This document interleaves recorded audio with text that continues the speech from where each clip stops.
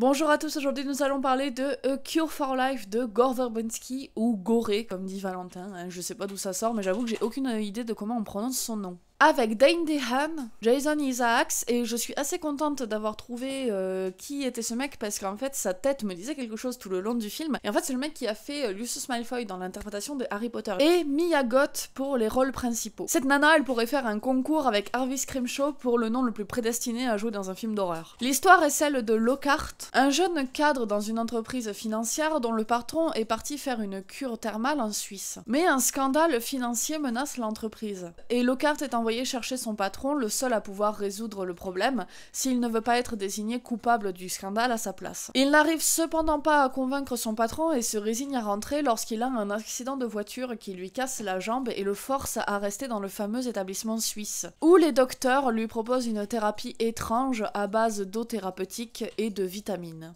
A Cure for Life est un film vraiment sans surprise pour les gens biberonnés au thriller ou au film d'horreur. Le scénario se voit venir à des kilomètres, et tout, du début à la fin, est attendu et somme toute relativement classique. Mais sans surprise ne veut pas dire mauvais, car il y a dans ce film un tel travail d'ambiance et d'atmosphère qu'on ne peut être que conquis par la proposition cinématographique de Gore Verbinski. Je ne sais pas comment ça se fait, mais dès que ce réalisateur approche un projet cinématographique, je suis toujours conquise par les propositions qu'il nous fait. Il y appose toujours une patte étrange. Il donne une grande ampleur à ces films que je qualifierais d'epicness. Et il arrive vraiment à donner beaucoup d'ampleur à des sujets somme toute relativement classiques. Avec A Cure for Life, on peut facilement faire le lien avec ses précédents films. Toute l'esthétique médicale malsaine qu'il emploie, mais aussi l'utilisation de jeunes filles effrayantes et malmenées d'un monde duquel elles ne veulent que se faire aimer, font évidemment beaucoup penser à Le Cercle, ce remake très réussi du grand classique d'horreur japonais. On peut aussi faire des liens avec la saga Pirates des Caraïbes, si je vous jure, dans sa fascination pour l'eau et pour les mystères qu'elle recèle. Il a une manière de filmer l'eau, de lui donner une ampleur quasiment mystique, qui l'a fait devenir un personnage pratiquement à part entière de l'histoire. Et je crois que ce qui fonctionne aussi très bien dans toute sa filmographie et que l'on retrouve ici, c'est l'immense sens du détail et de la précision dont il fait preuve pour ses arrière-plans, ses décors et ses costumes. Ce qui d'ailleurs nous aide beaucoup pour l'immersion dans l'ambiance, ce dont je vous parlais précédemment, qui est à mon avis le plus grand point fort de ce film. Même au niveau du fait de créer des atmosphères bizarres, malsaines, je trouve qu'il est vraiment très doué pour ça, Gore Verbinski. Même dans des films comiques comme les sagas Pirates des Caraïbes, je trouve qu'il arrive vraiment à instaurer des passages très malsains, très violents, très bizarres. Et A Cure for Life n'échappe vraiment pas à la règle.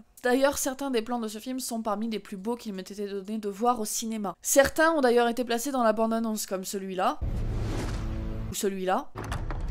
Des grands angles, des plans zénithaux, des plans séquences. Ce film est une ode à l'amour de la technique cinématographique. Et il repousse toujours plus loin les scènes de plus en plus audacieuses. Hélas, ces plans souvent magnifiques et ces scènes novatrices ne servent souvent que de plans d'illustration, ne servant qu'à rajouter de l'étrangeté à l'ambiance plutôt qu'à étayer réellement un propos. Au-delà de ça, le film rappelle beaucoup Shutter Island de Martin Scorsese. Mais il se réapproprie l'ambiance thriller noir qui se passe dans un contexte médical assez étrange et malsain, pour en faire un film dont le principe et la morale de fin sont quand même vraiment très différents, même si l'univers peut se ressembler un petit peu. Je dois avouer que les références à Shutter Island ne sont pas pour me déplaire, étant donné que c'est mon film préféré de Martin Scorsese. Et vous savez, entre nous, je crois que ce qui me séduit le plus dans le cinéma de Gore Verbinski, et qui me séduira toujours même dans ses projets les plus bancals ou les moins audacieux, c'est l'immense générosité et l'immense inventivité dont il fait preuve. Tous les plans de A Cure for Life respirent une inventivité folle. En fait, Gore Verbinski me rappelle un petit peu l'image d'un savant fou, vous savez, qui serait trop génial pour être réellement compréhensible. Ici, ce serait plutôt Gore Verbinski qui serait trop créatif pour être réellement percutant et efficace dans ses propos.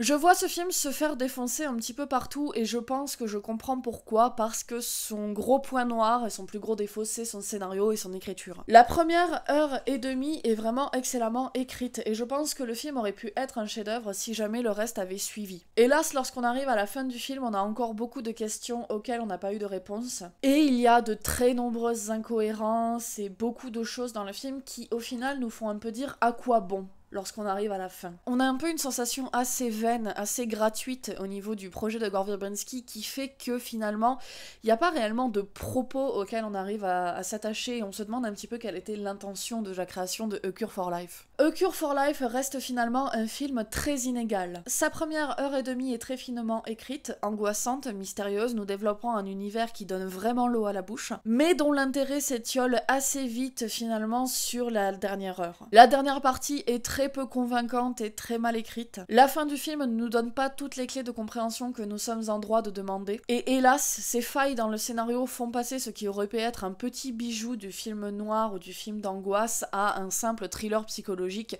efficace dans son ambiance, mais peu percutant, peu marquant, et dont on se demande un petit peu le but de l'existence. Et c'est vraiment dommage parce que quand on voit le potentiel narratif, esthétique et horrifique qu'avait le projet à la base, on est en droit d'être un petit peu déçu. Pour autant, je trouve que ça reste un film qui est vraiment très agréable à regarder, dont l'ambiance, l'univers visuel, l'esthétique sont absolument irréprochables, très inventifs et très créatifs, et dont je suis ressortie totalement conquise malgré ses indéniables défauts. Voilà, mon avis sur A Cure for Life est terminé, j'espère que ça vous aura plu. N'hésitez pas comme d'habitude à me suivre sur Facebook si vous voulez être au courant de l'actualité de la chaîne ainsi que de toutes les nouveautés, c'est là que je vous parle des nouvelles vidéos à venir, des projets autour de la chaîne, etc. N'hésitez pas aussi à vous abonner à ma chaîne YouTube ainsi qu'à laisser des commentaires si jamais ce que je vous propose vous plaît, ça me fait toujours plaisir de lire vos commentaires. Et je vous dis comme d'habitude à la prochaine pour une nouvelle vidéo. Salut!